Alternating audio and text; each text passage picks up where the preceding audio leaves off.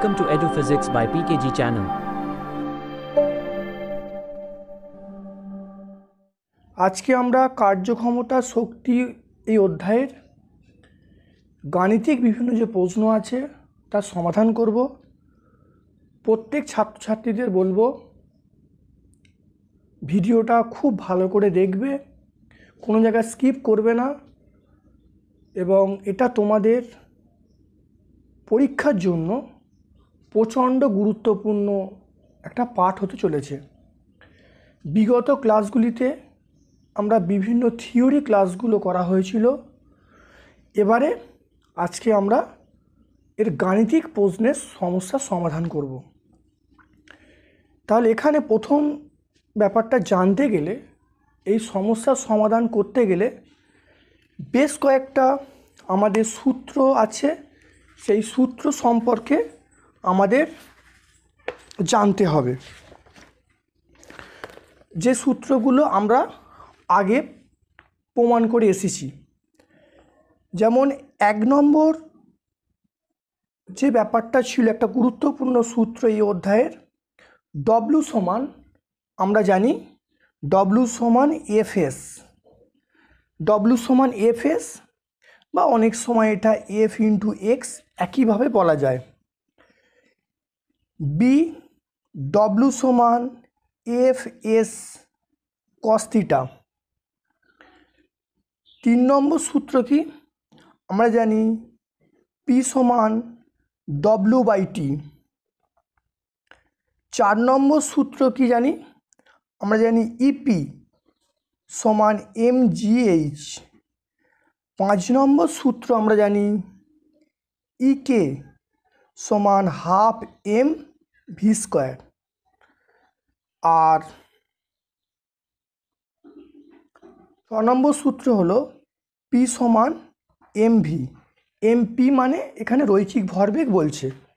আশা করা যায় এই সূত্রের সাহায্যে বিভিন্ন যে অঙ্কগুলো আছে এর সমাধান করতে পারবো, এবং এই সূত্রগুলো অবশ্যই ভালো করে মাথায় রাখতে হবে, তবেই অঙ্কগুলো করতে পারবো। তাহলে প্রথমেই আমরা চলে আসছি প্রথম যে অঙ্কটা আছে সেই অঙ্কের ক্ষেত্রে।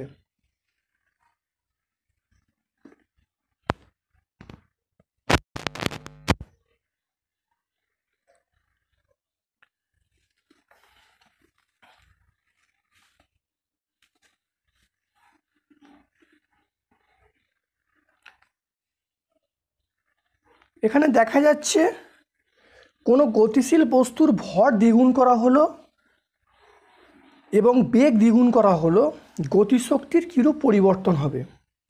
তাহলে আমরা জানি যে প্রথম পার্টটার জন্য, একের অঙ্কটার প্রথম পার্টটার জন্য আমরা লিখতে পারি ইকে সমান হাফ এম ভি স্কোয়ার, এটা আমরা জানি। এরপরে আমরা বলা আছে ভর দ্বিগুণ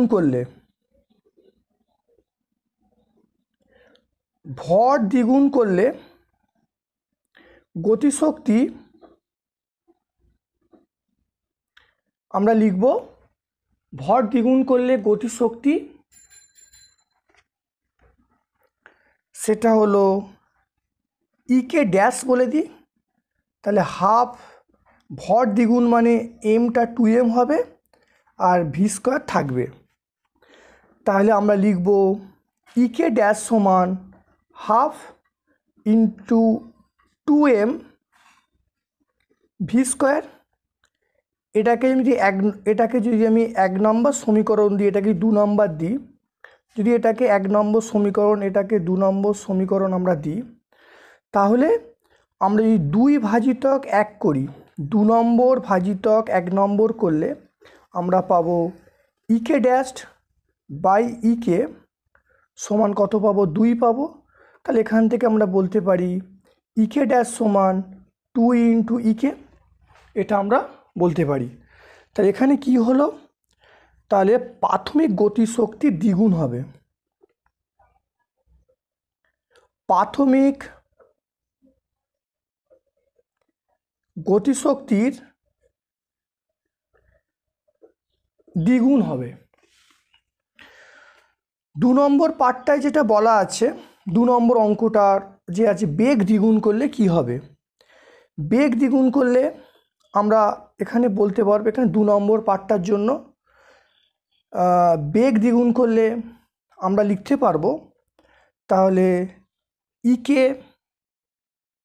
ডবল ড্যাশ করে দিই সমান হাফ এম 2v তার স্কোয়ার, তাহলে half M into 4v square করতে পারি। তাহলে এখান থেকে আমরা লিখতে পারবো যে ইকে ডবল ড্যাশড বাই ইকে যদি করি তাহলে আমরা কত পাবো, 4 পাবো। তাহলে এখান থেকে আমরা পেয়ে যাব, তাহলে ইকে ডবল ড্যাশড সমান 4 ইকে পেয়ে যাব। তাহলে প্রাথমিক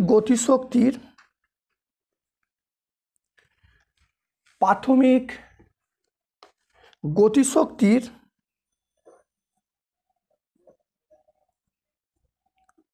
4 গুণ হবে। তাহলে যদি ভর দ্বিগুণ করা হয় তাহলে গতিশক্তিটা দ্বিগুণ হবে, আর যদি বেগ দ্বিগুণ করা হয় তাহলে গতিশক্তি কত হবে, অবশ্যই 4 গুণ হবে। এরপরে যে অঙ্কটা আছে সেটা হলো 5 নিউটন বল প্রয়োগ করার ফলে বস্তুর অভিমুখে সরণ বলা আছে, কত কাজ করতে হবে। এখানে এফ এর মান কত, এফ সমান বলা আছে 5 নিউটন, এস এর মান বলা আছে 1 সেন্টিমিটার। 1 সেন্টিমিটার মানে 1/100 মিটার। আমরা জানি ডব্লু সমান এফ এস, তাহলে 5 ইন্টু 1/100, এককটা কী হবে, এককটা অবশ্যই জুল হবে, তাহলে 0.05 জুল। তাহলে কৃতকার্য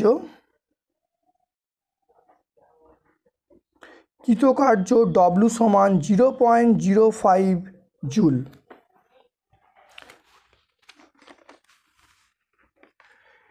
3 নাম্বার, কোনো বস্তুকে যদি 20 মিটার সরাতে হয় তাহলে কাজের পরিমাণ বলা আছে 26.2 জুল। প্রযুক্ত বলের মান বার করতে বলছে। এখানে এস এর মানটা বলা আছে 20 সেন্টিমিটার, এস সমান 20/100। তাহলে এখান থেকে আমরা করতে পারি 0.2 মিটার।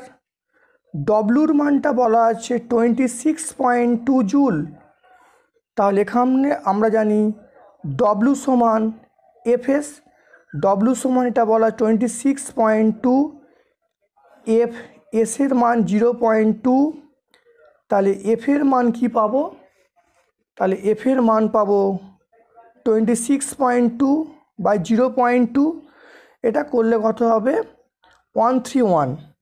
তাহলে প্রযুক্ত বল এফ সমান 131 নিউটন।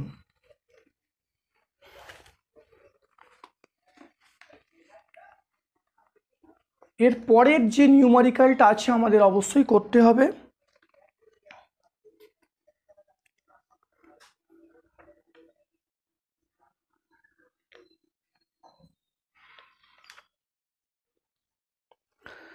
সেটা হলো টি এর মান এখানে বলা আছে 1 মিনিট। 1 মিনিট মানে আমরা জানি 60 সেকেন্ড। ডব্লুর মান বলা আছে 1200 জুল।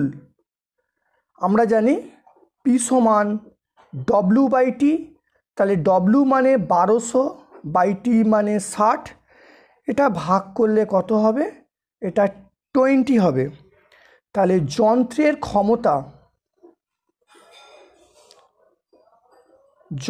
ক্ষমতা 20 ওয়াট।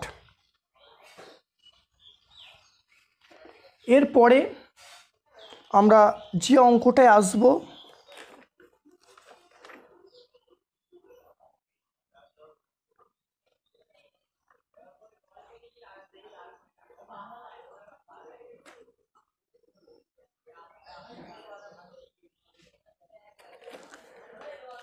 আমরা জানি ইকে সমান half M V square, E K সমান আমরা জানি হাফ এম ভি স্কোয়ার।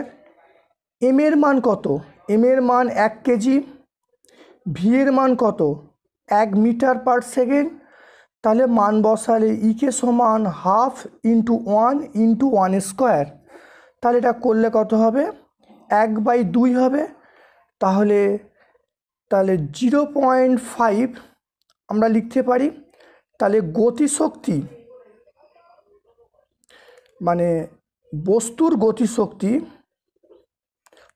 গতিশক্তি 0.5 জুল আমরা লিখতে পারি। এখানে বলা আছে 80, তাহলে এম সমান 80 গ্রাম। 80 গ্রাম মানে আমরা লিখতে পারি কত? 80/1000। গ্রাম থেকে কেজিতে করা হলো 80/1000। এবারে আমরা এখানে ইকের মান বলা আছে 400 জুল। আমরা জানি ইকে সমান হাফ এম ভি স্কোয়ার। তাহলে এটা হলো 400 বলা আছে, হাফ এম মানে বলা আছে 80/1000 ইন্টু ভি স্কোয়ার।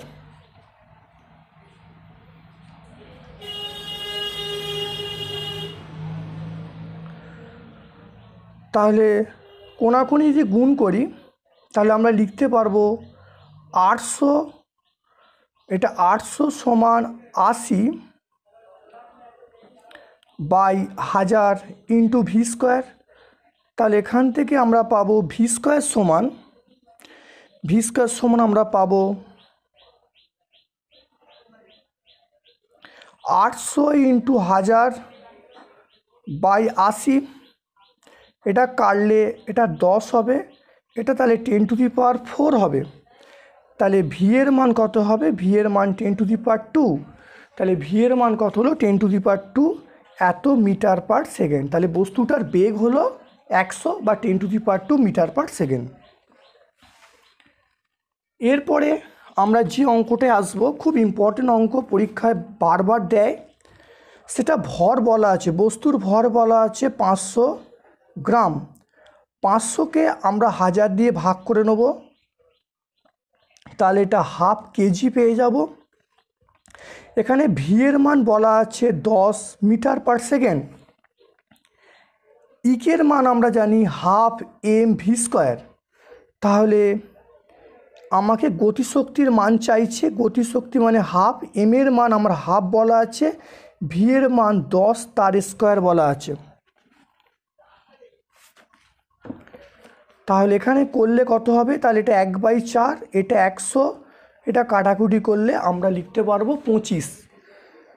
তাহলে বস্তুটির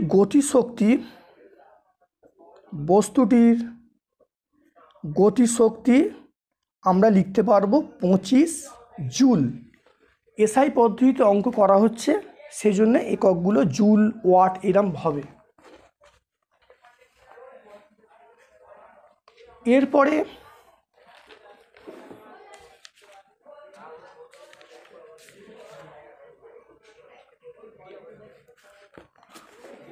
তো 50 কেজি ভরের কোনো বস্তুকে কত উচ্চতায় তুলতে এর শক্তির পরিমাণ 7350 জুল হবে?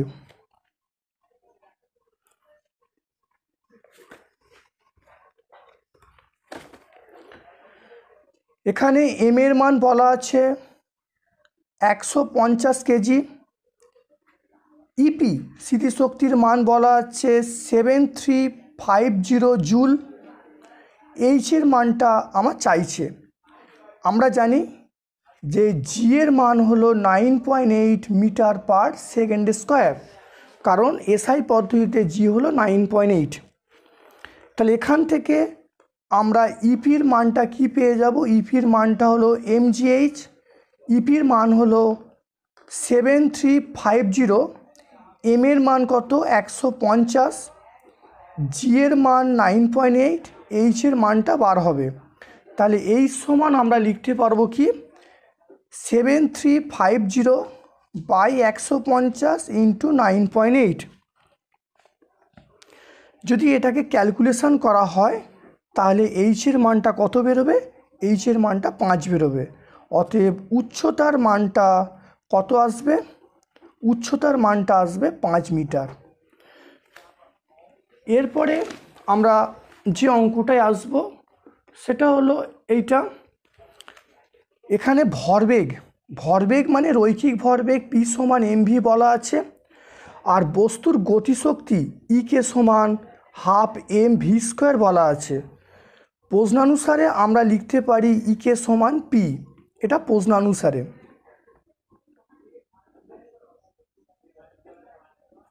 তাহলে ইকের মান কত? ইকের মান হলো হাফ mv², এটা হলো mv। তাহলে এখান থেকে আমরা পেয়ে যাচ্ছি, যদি mm ক্যান্সেল হয়ে যায়, একটা ভি ক্যান্সেল হয়ে গেলে, তাহলে v/2 সমান 1 লিখতে পারি। তাহলে v সমান আমরা 2 লিখতে পারি। তাহলে বস্তুটির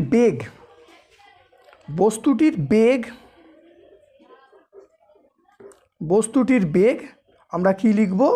2 একক লিখব। আজকে আমরা ক্লাস 9-এর অত্যন্ত গুরুত্বপূর্ণ কয়েকটা অঙ্ক সমাধান করলাম, যেটা পরীক্ষার জন্যে অবশ্যই ইম্পর্টেন্ট।